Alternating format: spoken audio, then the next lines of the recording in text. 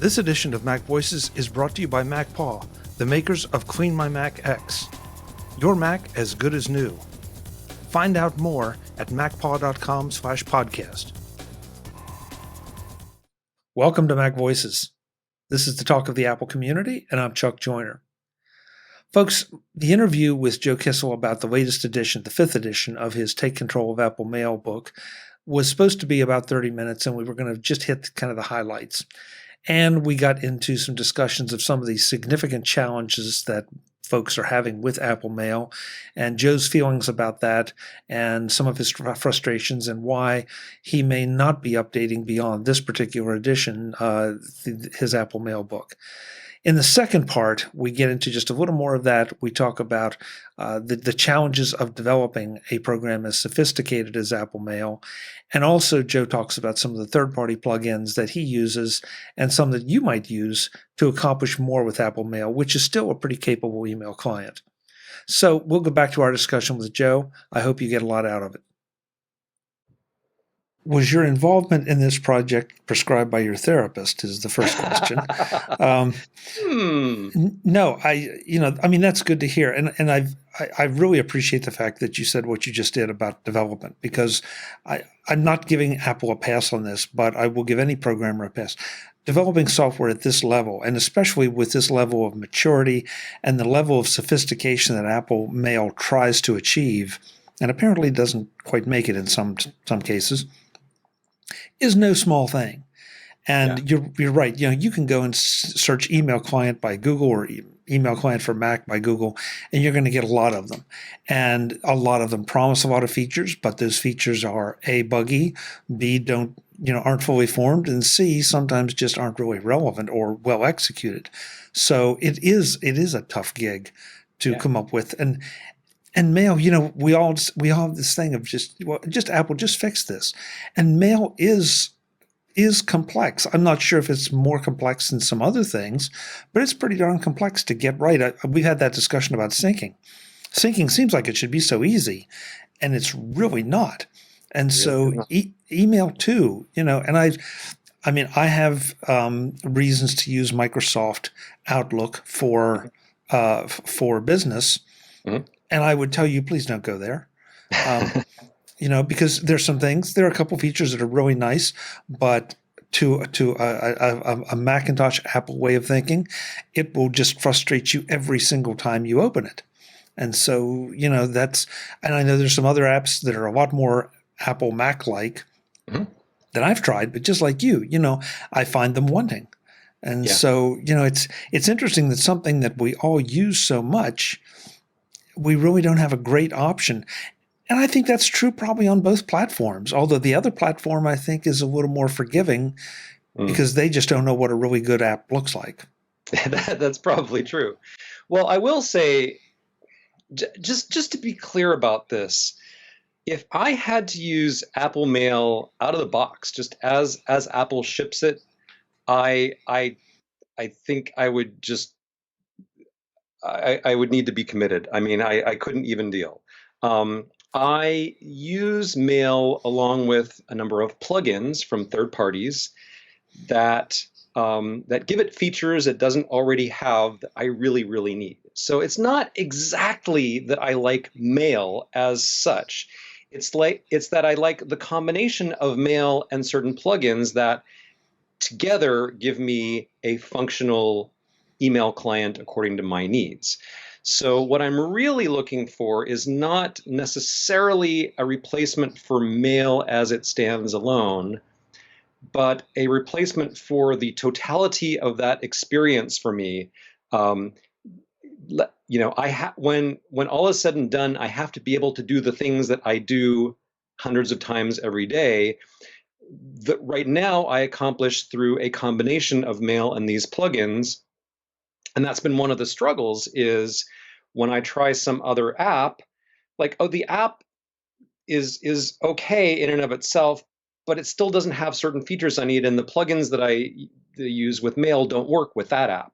Or this, some app just really wants to show me what it wants to show me in my inbox. It wants to filter things in the way that its artificial intelligence thinks is going to be most optimal for me. But no. I will tell you what is optimal for me. Don't you go filtering my stuff. I know what I want to see and when I want to see it. So I don't want an app to try to outsmart me. I want an app to just do what I tell it to do. Just do what I want. Just do what I tell you to do with as little interference as possible. So like I have, we've probably talked about this before. One of the mail plugins I use is it's now part of MailSuite. So an app, a developer in Canada called used to be called InDev. Now they're called SmallCubed. They used to make a whole bunch of different mail plugins, and they sort of combine all these plugins into this Uber plugin called MailSuite. And there's a component of this called MailActon, and it's a beautiful thing. It gives me the capability to file messages in any which way I want, just with a couple of keystrokes. I don't have to say, okay, now this is going to go into, let's see, which mailbox, and a lot of dragging and dropping. I can just say, literally, I have a keyboard shortcut, Control D. The reason I chose Control D for this is it's Control D for do the right thing. And this activates a series of rules in MailActon that figures out what the right thing is according to what I told it I want to do with a message based on certain criteria, and then it does that thing to it. I'm like, okay, so that's Control D, that's a Control D, that's Control D, and so this is wonderful to me. This is really it's almost magical. And if I had to manually file all of my messages using drag and drop, or go up to this menu and down to this submenu and down to this submenu, it would just drive me nuts. So that's just one example of many of I have to be able to get my email client to just do what I want it to do and then stay out of my way. Don't try to outsmart me, but just be smart enough for me. You went exactly, you must be reading my mind, because you're talking about these plugins or these third-party utilities. Anything else other than that particular one that makes mail more palatable for you? Sure. I mean, the same company. Another component of this suite is called Mail Tags. So just as you use tags in the Finder or in Music or in Gmail or any a million other places, you can use this plugin to tag your messages with any kind of tag you want. So if that's more the way you think, rather than organizing things hierarchically or rather than searching, you can tag messages, and this can include things like, oh yeah, this actually I need to be reminded about this message in a week. So just go ahead and file it away now, but can you remind me about it in a week? That sort of thing. So so that's very powerful. I don't use encryption for all of my messages, but I do sometimes. So there's what is it? So there's GPG Suite. Is that what it's called? GPG Suite, yes. And then a component of GPG Suite is GPG Mail, which gives you PGP compatible email encryption. There was a plugin that I was very fond of back in the day. It no longer exists. It was called Cargo Lifter, and it did sort of the same thing that MailDrop does. So now Apple has built this feature into Mail, where if you drag in a large attachment, instead of actually attaching the large thing to the email message, it will instead upload the thing to iCloud and then just put a link in the email message. That's terrific.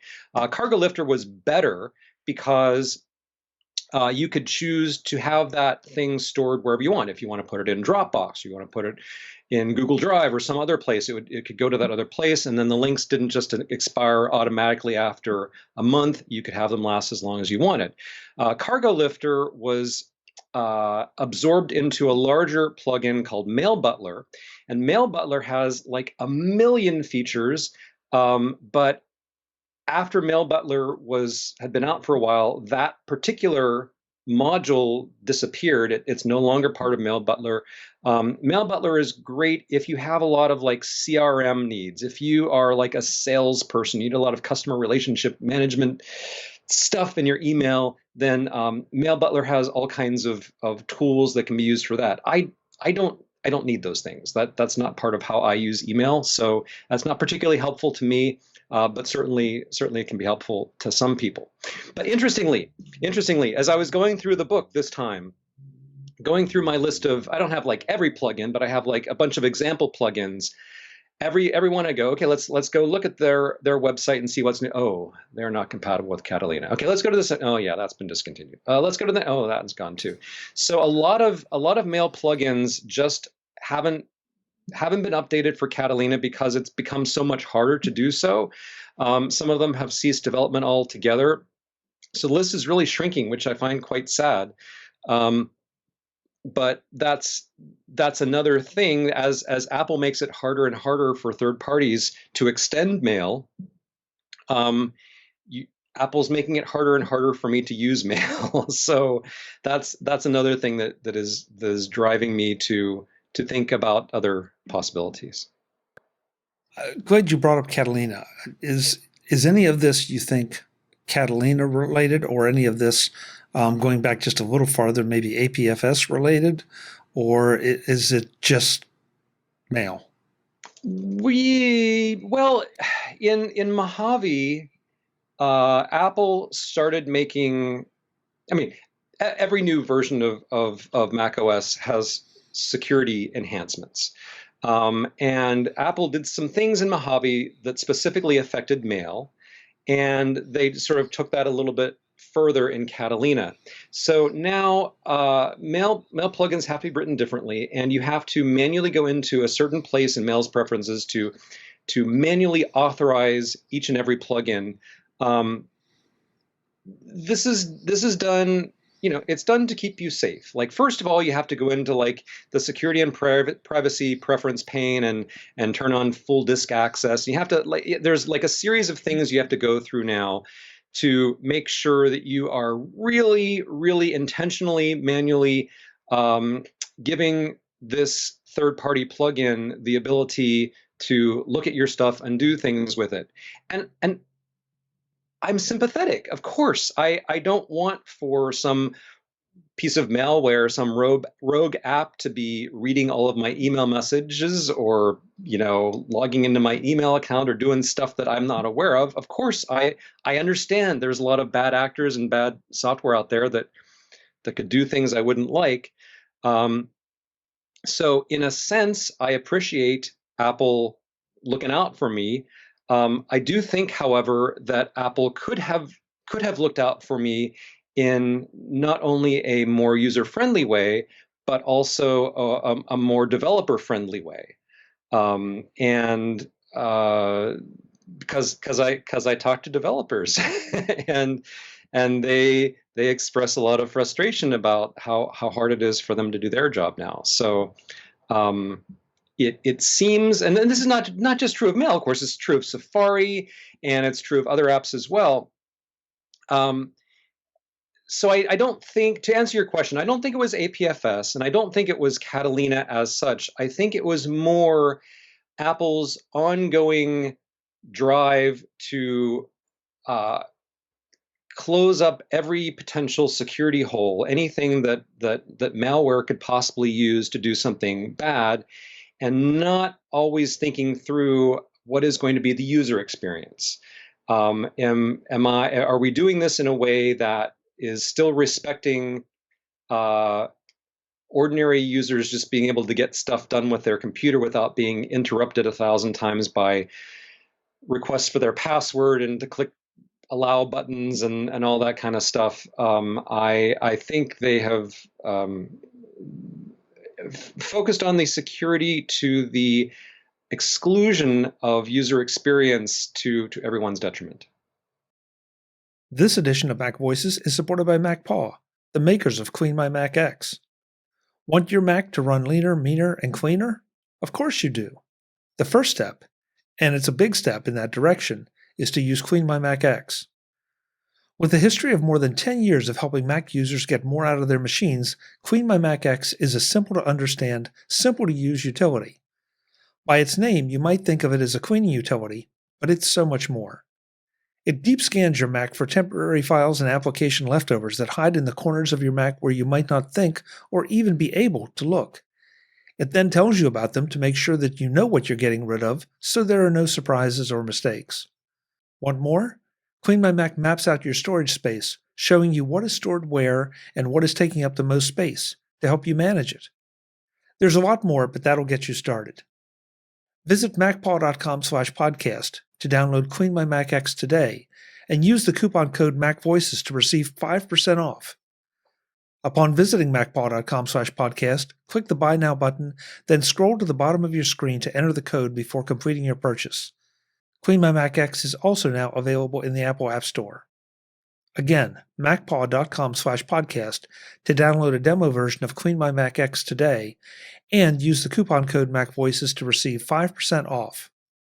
Thanks to MacPaw and Clean My Mac X for supporting this edition of MacVoices. Okay, I feel obligated to argue a little bit with you on that. Okay. Only because I think that's a huge selling point for Apple, and unfortunately, it's one of those things that feels like that once the door is opened, you're never going to get it completely closed again. And so, yeah, I don't like it any more than you do. You know, having to do that security dance, especially when I install a new app. But for the most part, my experience has been that, okay, after I learned the security dance, which, you know, that took a little while once we got Catalina, but it hasn't been horrible. It hasn't been. I mean, I'll give it like a B+. I don't think it's been in the A category, but I'll give it a B+, if with the caveat that I had to learn it. Well, here's the thing. Oh, sorry, I didn't mean to interrupt you. Well, no, and there's only one other point I'll make, and then I'll throw it back to you. But I also put a little bit of credit or responsibility or something on the developers, because some of them will give you text instructions. Do this, do this, do this, and then you go to do it, and the instructions disappear. Mm-hmm. And so if I haven't learned the dance, I got to go back, I got to fire it up again, try to memorize or write them down, then go. Others have done a really good job of I think, taking you down that path automatically as much as Apple will allow. Sure. Which that's a compromise. And then others will actually put a graphic up and show you these are the screens and this is what you need to go, and then it stays on the screen. So over here it's showing me what I want to do, and over here I can do it. And I really give those developers a huge amount of credit, because for the folks who have not learned the dance or just learning the dance, man, that's invaluable. And so, I want to give kudos to those developers, and to the others, I'd say, guys, up your game a little bit. There's a way for you to improve the experience. I agree. You've really hit the nail on the head there. And I know exactly the kinds of animations that you're talking about. I've seen a number of those. Where I'm coming from is I get phone calls. I mean, I get a lot of email too, but people actually call me on the phone. And I talk to a lot of our customers, a lot of people that buy Take Control books, and I would say the average age of our customers is older than both of us by a notch or two, and people who aren't merely chronologically older, but who did not grow up immersed in this stuff the way I did, which was partly a function of my age, but also partly a function of my career choices. So and partly just like, oh, computers, that's cool, let's play, let's learn. So people who have not approached computers in that way look at something on the screen and they're just like, I don't get it. And so I'll give you an example. We may have talked about this once before. I don't recall, but one of the changes that happened in iOS 13 and iPadOS 13 was in Safari. So now you're in Safari, you're on your iPad, let's say, and you go to our website, you buy a book, you tap the download link, Well, what used to be the case was that you're in Safari, you tap the download link for like an EPUB, let's say, and it'd say, "Oh, shall I open this in Books for you?" And you go, "Yes, I would like to open that in Books." Now you tap that link and you see nothing. Now, if you're paying careful attention, you might notice a little icon up on Safari's toolbar that briefly appears as a circle with a little arrow in it, and that appears to let you know that it's downloading something. But if you're not looking right there at that time, it's very, very easy to miss. What happens is Safari, trying to be useful, downloads that file directly into the Files app, but it doesn't tell you that it's done that. So if you're used to being prompted, like I tap to download, like I expect to see something on the screen, you don't see anything on the screen. And so they tap and tap and tap and tap, and then they call me up and they say, "I didn't get my file that I bought. I didn't get my book that I bought." I'm like, "Open up the Files app. Where's the Files app? What is the Files app? Okay. Find it, open it up, and they're like, "Oh, I see 6 copies of the book in there." Yes, because every time you tap that link, it got downloaded to the Files app. It's not, I didn't do that. I didn't make it do that. That's Apple. Apple did that thing. They changed the way downloads work. They didn't tell you. There was nothing that showed up on the screen to say, "Hey, user, this is a new thing that we're doing. You have to go look here for it now." Tiny little subtle icon appears and then it disappears. That's it. So when I complain about these security changes having usability implications, I'm thinking of that sort of user, the sort of user who is going to call me and say, "Where's my file?" It's one thing for me to say, "Yeah, okay, I understand what Apple's doing here. I'm going to click this. I'm going to go into the security and privacy, check the box, done." Okay. Little bit of hassle. Maybe I'm a little bit frustrated, but I fundamentally get it. There are untold millions of Apple users who don't understand that underlying logic and who don't read Mac websites. They don't read tidbits. They don't listen to MacVoices. They don't, they're just like, "Well, the thing I expected to happen didn't happen, and there's nothing on the screen that tells me what to do." And so I complain more vocally than I would if it were just for myself, on behalf of, as a proxy for those customers because I hear from them all the time, and I know that they are a lot more frustrated with this stuff than I am. And this is a discussion we'll have to revisit at a future time, because it feels like we're in that no man's land of the geeks want it this way, the common folk and that is not a disparaging term, folks. So It's not what I mean. But to your point, the users out there who don't read Take Control books, watch MacVoices, read tidbits, they're expecting that. More and more Apple seems to be designing for them, not exclusively, but it's trending that way. The geeks are getting upset, and the experience for the average user is not quite to where it should be yet. So there's a transition period, I think, going on here that probably neither side really is enamored with, but it feels like it's necessary to get there to expand the usability of these devices for more people that aren't geeks like us. Yeah, I mean, you're right, and I get that.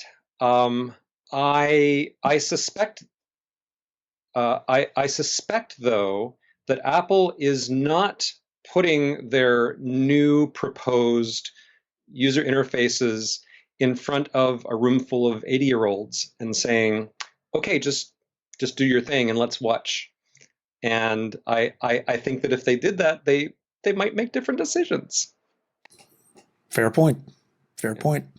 And that brings up a whole nother discussion about should we be designing for the 70, 80-year-old population or for the 30, 40 population, because from a business standpoint, the 30, 40s are going to be around probably a lot longer than the 70, 80s. And that too is not a discriminatory thing, or, because I know which side of that I'm on. Yeah. closer to Yeah. it. And, I don't want to be discounted either as I approach some of those numbers. Yeah. But there are certain business realities here. That's true. And it's something that I think about too, because, I sell books I sell 100 times more books to people in their 80s than people in their 30s. That's just like, and so I think about that too. But part of my calculus is, it's the 80-year-olds that have the disposable income and the time for my product. The 30-year-olds don't have either. So it's true that 30-year-olds are going to be around and be, buying stuff for a longer period of time. And yet, in several respects, they're not necessarily better customers. Good point. Joe, you have to come back. We have to explore some of these issues in depth, and we'll probably both get emails. Yeah. Oh, sure. Yes. But we mean no disrespect to anyone here, but it is interesting because you've been at this for a while. I've been at this for a while, watching the evolution of personal computing go from the absolute domain of the geeks to business people, and then people that are retired and people that want to communicate and send pictures of their grandkids all around. That's really their primary thing. Good for them. Good for them. I would prefer that they didn't put them all on Facebook in my feed, but that's okay. If that's their thing. So one day, not today, not this month, not this year, but one day we're going to have a long talk about Facebook. Okay, you got it. So let's see. That's about 4 more shows that Joe and I are going to do that came out of this one. So the book is at takecontrolbooks.com, of course. Yes, it's Take Control of Apple Mail, 5th edition. The cover price is $14.99. If you had any earlier version of my Apple Mail book, even the one from 2004, even that one, you can upgrade for $5. Get the newest version for $5. And really, for as much as I complain about mail, the book, I wouldn't put it out if I wasn't solving some problems. It is going to give you a lot of useful information. You're going to go, oh, I didn't realize I could do that. Thank you. And it's going to solve some problems. And for the problems it can't solve, it's going to at least help you to realize that you're not alone. So I do think that it's a valuable resource and well worth the money.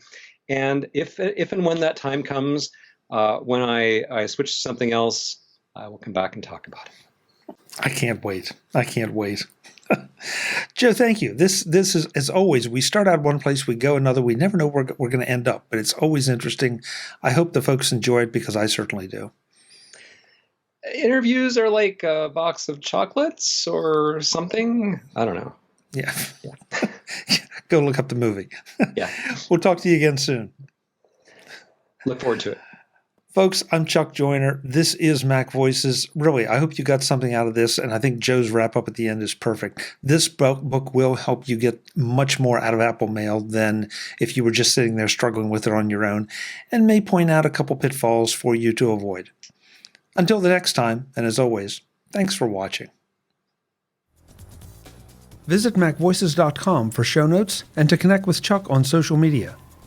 Get involved in our Facebook group or like our Facebook page, and get more out of your Apple tech with MacVoices Magazine, free on Flipboard and on the web.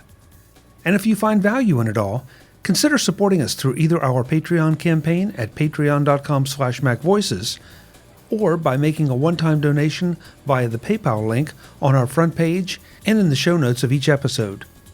You will join these fine people who help bring you MacVoices.